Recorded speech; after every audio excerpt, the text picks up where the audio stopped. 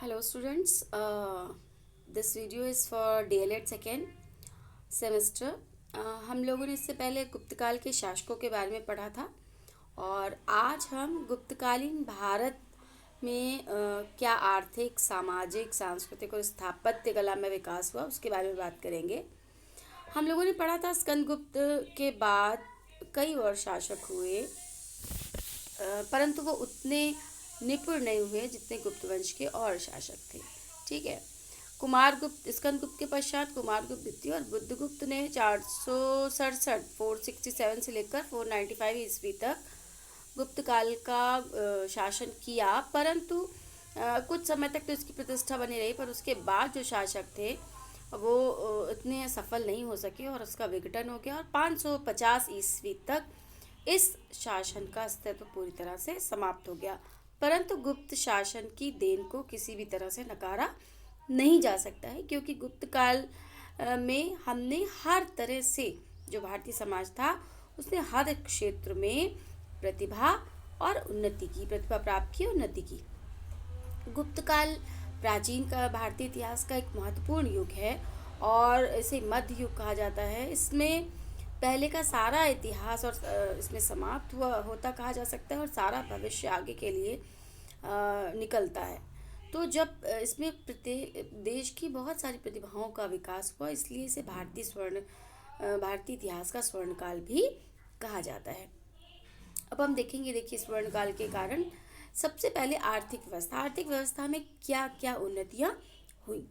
तो उसमें सबसे पहले उत्पादन। अब आपको सबको पता है कि हमारा जो मुख्य व्यवसाय था वो क्या था, कृषि। तो कृषि विभिन्न प्रकार के अन्न, मसाले, सुपारी, नील, इन सब की खेती आरंभ हो चुकी थी और जिसका जो बहुत उन्नत किस्म की होती थी।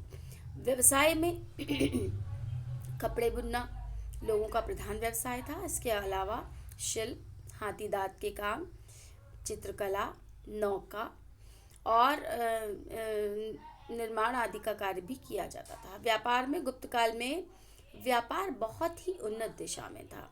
ठीक है। नदियों और सड़कों दोनों के द्वारा व्यापार किया जाता था और आंतरिक व्यापार के साथ साथ विदेशी व्यापार भी हुआ करता था। ताम्रलिपि नाम का एक बंदरगाह, ये ताम्रलिपि स्थान है, एक बंदरगाह है बंगाल में और ये सबसे बड़ा बंदरगाह था। इस बंदरगाह के द्वारा चाइना, श्रीलंका, जावा, सुमात्रा, इन सभी स्थानों से व्यापार होता था और साथ ही गंगा, गोदावरी और कृष्णा नदियों के मुहाने पर भी बड़े बड़े बंदरगाह थे, जिससे पूर्वी द्वीप समूहों में व्यापार किया जाता था। कल्याण, भड़ौच, खंबा, ये ऐसे बंदरगाह थे जिनसे अन्य विदेशों के द्वारा व्यापार होता था। विनिमय कैसे होता था, एक्सचेंज कैसे किया जाता था। प्रतिदिन की वस्तुओं के क्रय विक्रय में, डेली की अगर आप की बात करें, जैसे सिक्के चल रहे हैं इस समय, 5 रुपए की, 10 रुपए, ऐसा सिक्के की बात होती है, तो डेली के जो क्रय विक्रय होते थे उनके लिए कौड़ियों का इस्तेमाल किया जाता था और उस समय मुद्रा का प्रयोग बहुत कम था। ठीक है। सिक्के चलते थे सोने के, चांदी के, लेकिन इनका प्रयोग जनरली आदान प्रदान में नहीं किया जाता था। वस्तु विनिमय के आधार पर ही विनिमय हो जाता था। मतलब एक व्यक्ति को किसी दूसरे वस्तु की आवश्यकता है तो अपने पास एक्स्ट्रा जो चीज़ है उसको देकर अपने आवश्यकता की वस्तु ले लेता था। वो तो वस्तु विनिमय प्रचलन में था। सामाजिक दशा कैसी थी, संयुक्त परिवार प्रणाली थी। मतलब सब, ज़्यादातर लोग एक साथ, दो दो तीन तीन पीढ़ियाँ एक साथ रहा करती थी और भाइयों के अलग होने पर पैतृक संपत्ति का बंटवारा कर दिया जाता था। स्त्रियों को स्वतंत्रता पर्याप्त थी। इसके पहले तक स्त्रियां पूरी तरह स्वतंत्र थी, इसमें भी गुप्त काल में भी थी, लेकिन अब धीरे धीरे वेदों के पठन पाठन के लिए उनको रोका जाने लगा था और सती प्रथा का उदाहरण इसमें कहीं बहुत कम मिलता है। मतलब ऐसा सती प्रथा का अभी तक कोई ख़ास उल्लेख नहीं प्राप्त होता है। खान पान कैसा था, खान पान के नियम नहीं बने थे। ब्राह्मण, क्षत्रिय, वैश्य, शूद्र सभी कोई ऐसी कौन सा भोजन कर सकते हैं या कौन सा भोजन नहीं कर सकते, कोई कड़े धर्मों का पालन नहीं था। हाँ, शूद्रों के साथ खान पान में परहेज किया जाता था और ये भी बहुत वर्णित नहीं है, तो कहीं कहीं पर ये उल्लिखित है। व्यापार, कृषि और शिल्प। व्यापार, ब्राह्मण भी देखिए, व्यापारों में भी इस तरह की कोई ऐसा कर्म के अनुसार जो है वो बटा हुआ नहीं था। व्यवसाय भी इसी तरह से बटे हुए नहीं थे। ब्राह्मण चाहे तो व्यापार भी कर लेता था, शिल्पकार चाहे तो व्यवसाय भी अपना लेता था, मतलब। और सेना में भी अलग अलग जो कार्य हैं वो कर सकता था, जिसकी जैसी भूमिका, जैसी मर्जी। ठीक है। अब शूद्रों का थोड़ा सा था कि वो तीनों वर्गों की सेवा, परंतु व्यवहार में ये व्यापार, कृषि और शिल्प में भाग लेते थे। दास प्रथा का कोई वर्णन गुप्त काल में नहीं मिलता है, नगण्य मानी जाती थी।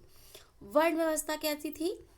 समाज वर्णाश्रम पर आधारित तो था, परंतु वर्ण व्यवस्था अभी तक विवाह आदि कड़े बंधनों में नहीं बनी थी। मतलब ब्राह्मण वर्ग ब्राह्मण में ही विवाह करेगा, क्षत्रिय क्षत्रिय में ही करेगा, इस तरह की व्यवस्था वैवाहिक संबंधों में नहीं थी, क्योंकि ब्राह्मण, क्षत्रिय, वैश्य, इन सब में पारस्परिक व्यवहारिक संबंध, जो विवाह के संबंध है, वो दिखाई देते थे। उसके बाद अगर हम बात करें धार्मिक दशा की, तो धार्मिक दशा में गुप्त मुख्य रूप से हिंदू धर्म, हम कह सकते थे कि पौराणिक जो हिंदू धर्म था वो इसने काफ़ी विकास किया, और वास्तविक रूप में पौराणिक हिंदू धर्म का अभ्युदय गुप्त काल में ही माना जाता है। ब्राह्मणों का आदर अधिक होता था, ब्राह्मण वर्ग का सम्मान होता था, राजा ब्राह्मणों को गुरु का दर्जा दिया करते थे। ठीक है। और जो वैदिक काल में इंद्र, वरुण इत्यादि थे, वो अब धीरे धीरे उतने महत्वपूर्ण नहीं रह गए थे। विष्णु और शिव, आपको गुप्त काल में बहुत सारे विष्णु और शिव मंदिर मिलेंगे उनके बनवाए हुए। तो विष्णु और शिव का महत्व उत्तरोत्तर बढ़ गया था। गुप्त सम्राट स्वयं विष्णु और लक्ष्मी के उपासक थे। ठीक है। आप इस काल में आपको शिव की और विष्णु की ओर अधिक झुकाव गुप्तकालीन लोगों का जान पड़ेगा, और अभिलेखों में विष्णु के मंदिरों का उल्लेख भी मिलता है। इसमें गुप्त काल में आपको वाराह अवतार, कृष्ण अवतार, इसका जो शिल्प में जो उदाहरण है, मतलब मूर्तियों के रूप में इसको बहुत अच्छे से दिखाया गया है।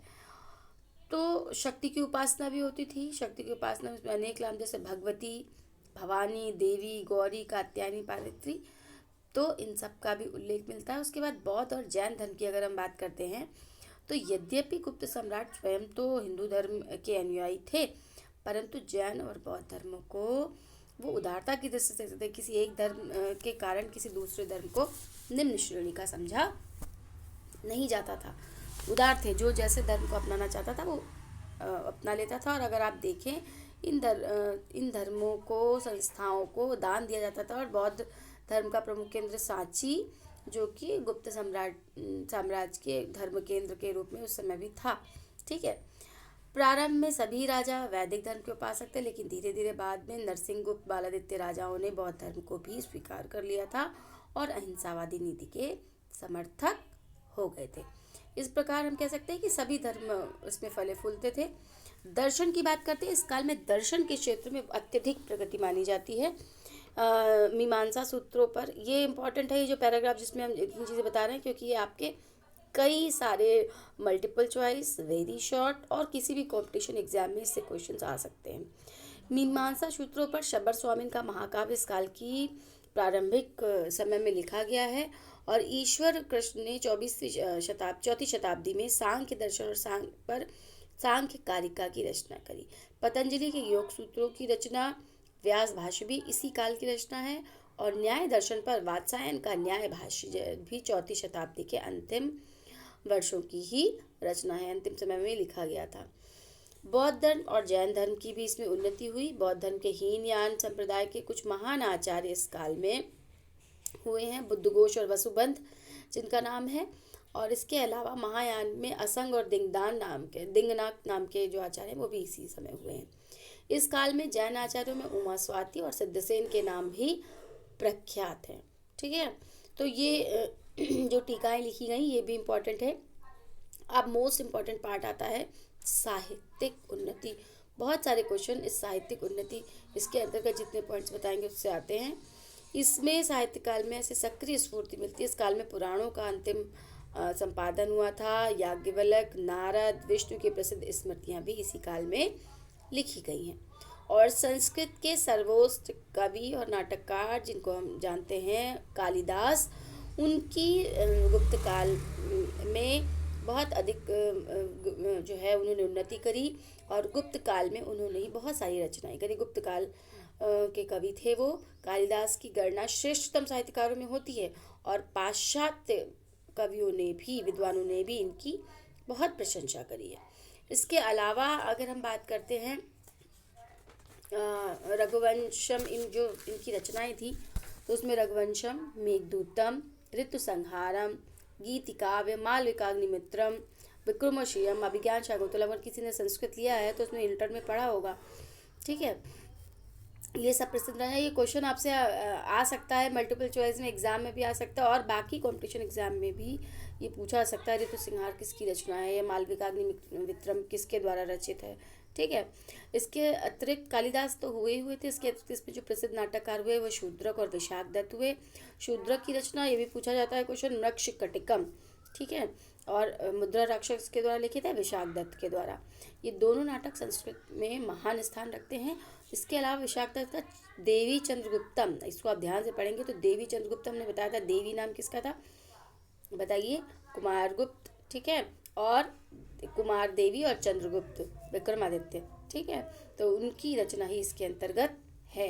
कुमार देवी से किस तरह विवाह हुआ, चंद्रगुप्त द्वितीय विक्रमादित्य का, जब रामगुप्त के, हमने पढ़ा था रामगुप्त की हत्या करने के बाद, तो उसका वर्णन भी, और इसमें ये नाटक इनके द्वारा ही लिखा गया था, विशाख दत्त के द्वारा। इसके अलावा इस काल में जो है वो महान कवि भारवी हुए, कीर्त्यार्जुन रचना की उन्होंने। इसके अलावा भट्टी, रावण वध नामक महाकाव्य के रचयिता महर्षि भट्टी थे, ठीक है, और भर्तृहरि भी इसी काल की विभूति है। तो हम देख सकते हैं कि साहित्य जगत में जितने भी बड़े नाम हैं उनमें बहुत सारे नाम गुप्त काल की ही देन है, ठीक है। अमर सिंह के अमर कोश, चंद्र व्याकरण के चंद्र गोविंद, और राजनीति शास्त्र पर कामंद की नीतिसार भी इस काल की प्रसिद्ध रचना है। फिर आ जाता है गुप्तकालीन कला।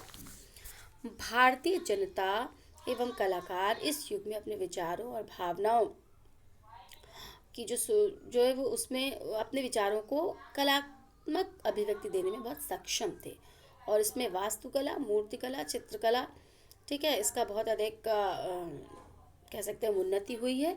और गुप्त काल में इस गुप्त काल शासन में बहुत सारे देश में इस वास्तुकला में बहुत अधिक उन्नति की है। इसमें हम कह सकते हैं कई सारे ऐसे मंदिरों का निर्माण हुआ है जिसके कुछ भग्नावशेष वर्तमान में भी मिलते हैं। भूमरा नामक, नागौर के पास भूमरा नामक स्थान पर शिव मंदिर है जिसका चबूतरा है, चबूतरे पर गर्भगृह भी शेष है। दूसरा मंदिर तिगवा में है, जबलपुर में तिगवा में एक स्थान है, यहाँ पर भी एक मंदिर है तिगवा का। उसके बाद आजमगढ़ में एक पार्वती मंदिर है। ललितपुर जिले में एमपी में देवगढ़ नामक स्थान पर जो है एक मंदिर है। इसके अलावा विष्णु की अनंत शैया, जो अनंत शाही मूर्ति मतलब रिलेटिव है इसमें, वो मूर्ति भी इसी काल की देन है। उसके बाद कानपुर में भीतर गांव में ईंटों का बना हुआ एक गुप्तकालीन मंदिर भी है, जो गुप्तकालीन मतलब माना जाता है कि गुप्तकाल में ही बना था। मूर्ति कला में भी अगर हम कहें तो चाहे वो बौद्ध धर्म से संबंधित मूर्तियाँ हों या हिंदू धर्म से संबंधित मूर्तियाँ हों, प्रत्येक क्षेत्र में इसमें कला में बहुत अधिक उन्नति हुई है। जो मुख्य हैं, सबसे पहले अर्धनारीश्वर, शंकर जी का अर्धनारीश्वर रूप की मूर्ति अगर हम देखते हैं वो इसी काल की देन है, इसी का इमेजिनेशन माना जा सकता है। इसके अलावा भिलसा में, उदयगिरी की पहाड़ियों में, इन सब में वाराह अवतार और विष्णु अवतार की मूर्तियाँ मिलती हैं, ठीक है। सारनाथ में जो मूर्ति रखी हुई संग्रहालय में, वो भी इसी वंश की देन है, ठीक है। देवगढ़ का दशावतार मंदिर, जो धराशायी विष्णु की मूर्ति है, वो भी इसी काल में है, ठीक है। तो भगवान विष्णु शेष नाग पर शयन करते हुए इसमें दिखाए गए हैं। उनके नाभिकाल पर ब्रह्म स्थित है और चारों तरफ जो चार उनके चरणों के पास लक्ष्मी बैठी हुई। तो ये जो इमेजिनेशन है वो भी गुप्त काल का ही है। चित्रकला के क्षेत्र में ये कह सकते हैं हम कि ये हमारा दुर्भाग्य है कि चित्रकला के बहुत सारे जो अवशेष हैं वो अब नहीं हैं, नष्ट हो गए हैं, लेकिन कुछ बचे हुए हैं। अजंता एलोरा की गुफाओं में, बाघ की गुफाओं में इनको देखा जा सकता है। ठीक है। इनमें भित्ति चित्र हैं, मतलब पहाड़ों को काट कर और उन पर भित्ति चित्र अंकित किए गए हैं, जो कि अपनी सजीवता के कारण आज तक बहुत अधिक कह सकते हैं प्रसिद्ध हैं। बाहर से लोग इसको देखने के लिए आते हैं। और ये जो सेकेंड लाइन आपको बता रहा है, अजंता में छोटी बड़ी कुछ 29 गुफाएं हैं। 16 और 17 नंबर की गुफा बहुत आकर्षक है।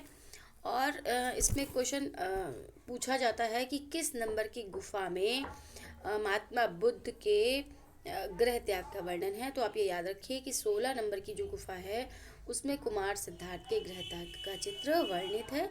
और इसमें यशोधरा और पुत्र को सोते हुए दिखाया गया और महात्मा बुद्ध वहाँ से जा रहे हैं।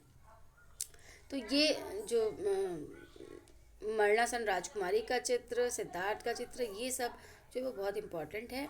उसके बाद मृत्यु का चित्र भी इसमें है। अगर किसी ने देखी होंगी गुफाएं तो उन्होंने ध्यान दिया होगा, और वरना देखने की चीज़ है। मतलब जो है इसमें जो भित्ति चित्र है वो बहुत बेजोड़ नमूने हैं। 17वीं गुफा में एक अन्य राजा का चित्र है जिसमें स्वर्णहंस है। तो माना जाता है कि शायद ये सिद्धार्थ की, जो आपने कहानी सुनी होगी ना बचपन में, जिसमें एक हंस घायल हो जाता है और सिद्धार्थ उसको गोद में उठा लेते हैं, तो ये वही वर्णन माना जाता है। फिर विज्ञान और ज्योतिष की बात करें तो मेहरौली में एक लौह स्तंभ है, चंद्रगुप्त का ही बनवाया हुआ है। और माना जाता है कि इस चंद्रगुप्त द्वितीय का बनाया हुआ है। और इसका बहुत धातु शोधन विज्ञान पता चलता है कि किस तरह धातुओं के द्वारा यह निर्मित है। इसके अलावा इसमें आर्यभट्ट इस काल में और वराहमिहिर को भी माना जाता है। कुछ काल के पश्चात एक और ज्योतिष ब्रह्मगुप्त का वर्णन भी इसी काल में मिलता है। और वराहमिहिर पंच सिद्धांतिका, ब्रह्मजात संहिता और लघु जातक के रचयिता हैं। और पशु चिकित्सा में भी हस्तवेद इसी युग का माना जाता है। तो हम कह सकते हैं कि गुप्त काल एक स्वर्ण युग था, क्योंकि चाहे वो आर्थिक क्षेत्र हो, चाहे सामाजिक क्षेत्र हो, चाहे कला का क्षेत्र हो, स्थापत्य, वास्तु, चित्रकला, सभी में उसने बेजोड़ उन्नति करी। और ये आपका लगभग आपका गुप्त काल समाप्त हो गया। इससे रिलेटेड कुछ क्वेश्चंस आप हमसे पूछिए, कुछ बनाइए, क्योंकि बिना पूछे चीज़ें नहीं आएंगी। आप सर्च करिए और कुछ अगर रिलेटेड क्वेश्चंस आ रहे हैं तो आप पूछिए। ये आपका गुप्त काल आज समाप्त हो गया। ठीक है, आज के लिए इतना ही।